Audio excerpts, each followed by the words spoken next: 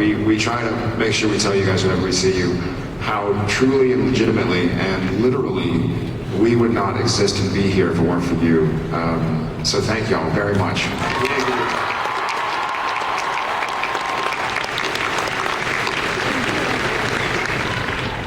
Well, we appreciate that.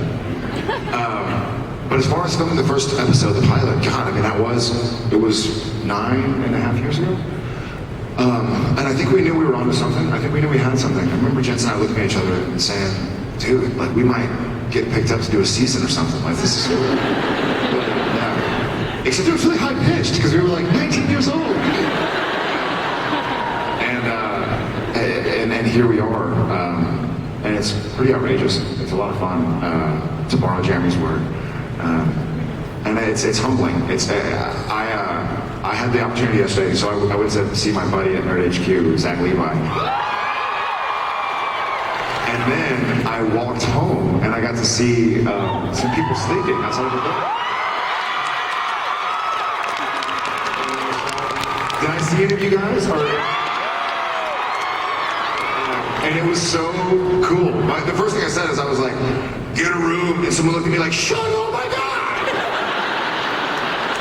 So it was a neat experience, and to feel, and I think out of the corner of my eye, I saw people waking up like, who the hell is it? Hey baby, get up. Don't touch me, get up. Don't touch me. That was awesome. I love that. I hope I can do that every year from here on out. That was fun to be a part of the excitement and the craziness and the sleeping bags. Lots of sleeping bags. And it was all very healthy, clean fun. I thought it was gonna be like a hippie commune. I was like, we do like dirty needles all over the ground. Like the smell of patchouli. It was all just good, clean fun. Anyways, so that experience as the bookend, like talking about the pilot and talking about kind of where we are now, literally last night or this morning at 2 a.m. And everything in between has been awesome and humbling. And great to be a part of it. So thanks, guys.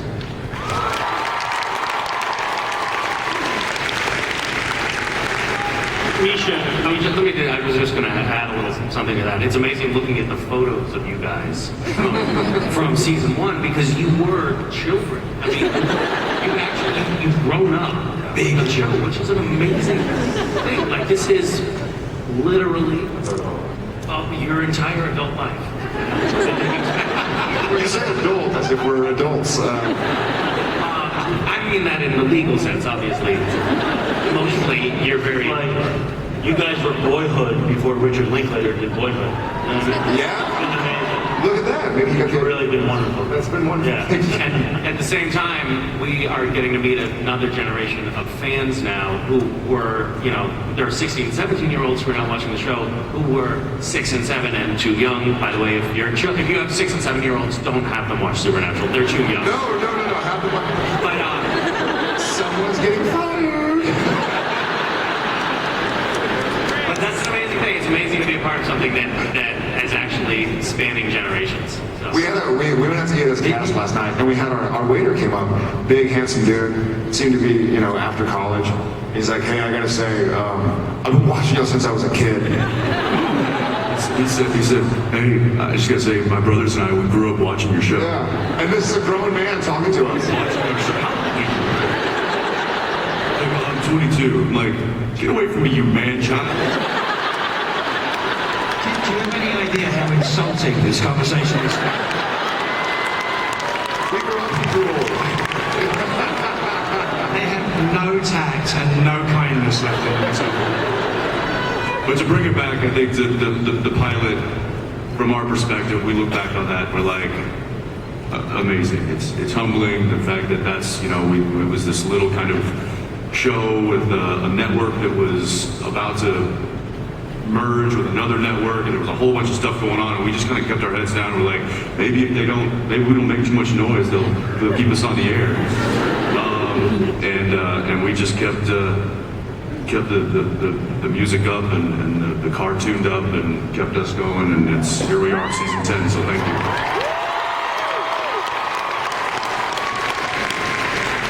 should.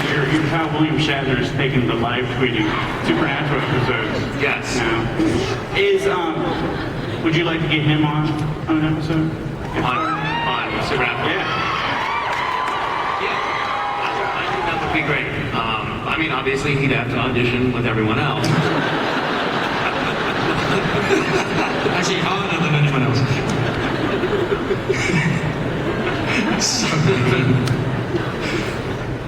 Somebody please tweet that to Bill. Mark, now that you're a series regular, we're going to see hopefully a lot more of you in Crowley.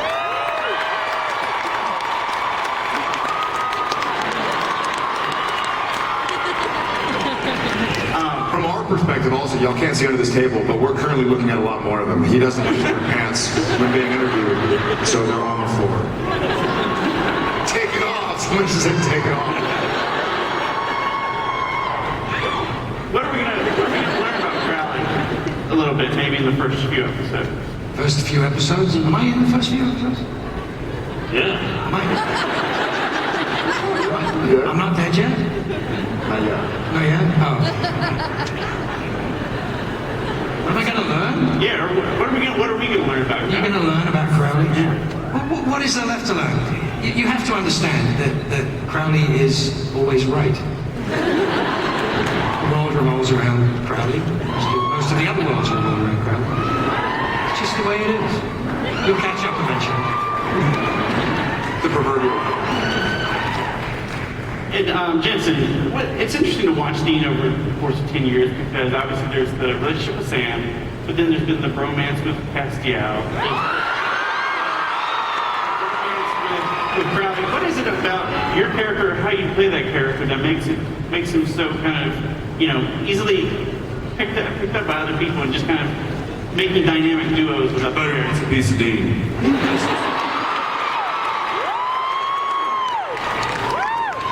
He's just the guy to have around if you're in a jam.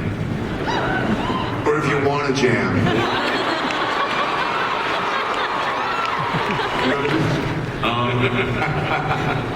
I like Demon Dean. I think Demon Dean's You really like cool. Dean? I love Demon Dean. Dean. It was your idea. Yeah. Demon Dean's the best thing that's happened to me. Sorry. The interesting thing with Demon Dean and Crowley is at some point Crowley's going to be like, this was a bad idea. And I don't know why the bromancing or even the romancing with the ladies is kind of always falls in Dean's court, but It's in my contract. But I think it's great because otherwise I'd just be working with him all day and I have an opinion, actually. I think. What was that funny? Come on, no, I have an opinion. I think going back to your earlier question about the pilot, sort of the way the show was set up from its inception was, Sam very much wanted to be a homebody. He had a girlfriend, he wanted to go to school, he wanted to college, and Dean was the Han Solo, swashbuckling, rambling man, kind of all over the place. And so I think that lends itself to, like you said, he's a traveler, he's a wanderer, and that difference between Sam at his core and Dean at his core is, I think, a lot what kind of drove Supernatural in the first couple seasons and what still kind of echoes in our current seasons. So I think that's one of the reasons why Dean seems to have more relationships outside of Sam than Sam does outside of Dean. And I think that's the nature of, he's on the road, he showed up at Sam's dorm room. Sam's going, I haven't seen you in years, but he's got his car and that's all he wants. And he meets people in towns and Sam, and that sort of juxtaposition is what put us where we are. Well, and you've spent obviously, it's 10 seasons as Sam now, and you've gone to hell and back with this character. Literally. Yeah, literally. Every now and again we have, sorry to interrupt, every now and again we have people on the show, guest stars they're like, I'm so excited for the show, I've been auditioning for 7 years, I'm really happy to be a part of the show, I'm so excited, but I die. And we're like, don't worry, that means you're gonna come back. We joke that you're more likely to come back in Supernatural if you die than if you live. Greek? Kevin?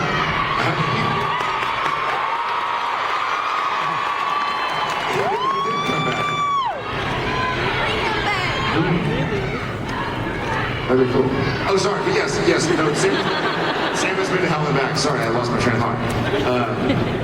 Sam has been to hell and back, and it's a fun,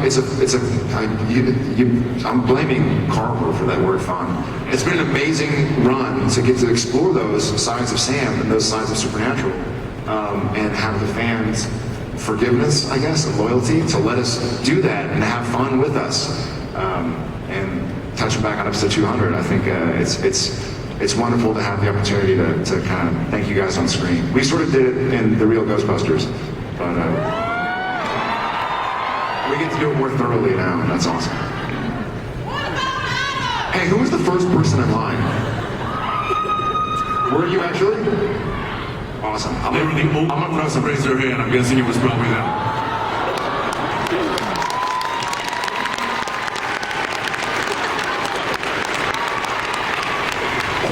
Okay, and who was the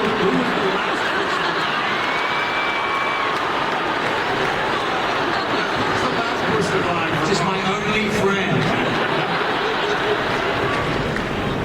I think you guys might have some questions.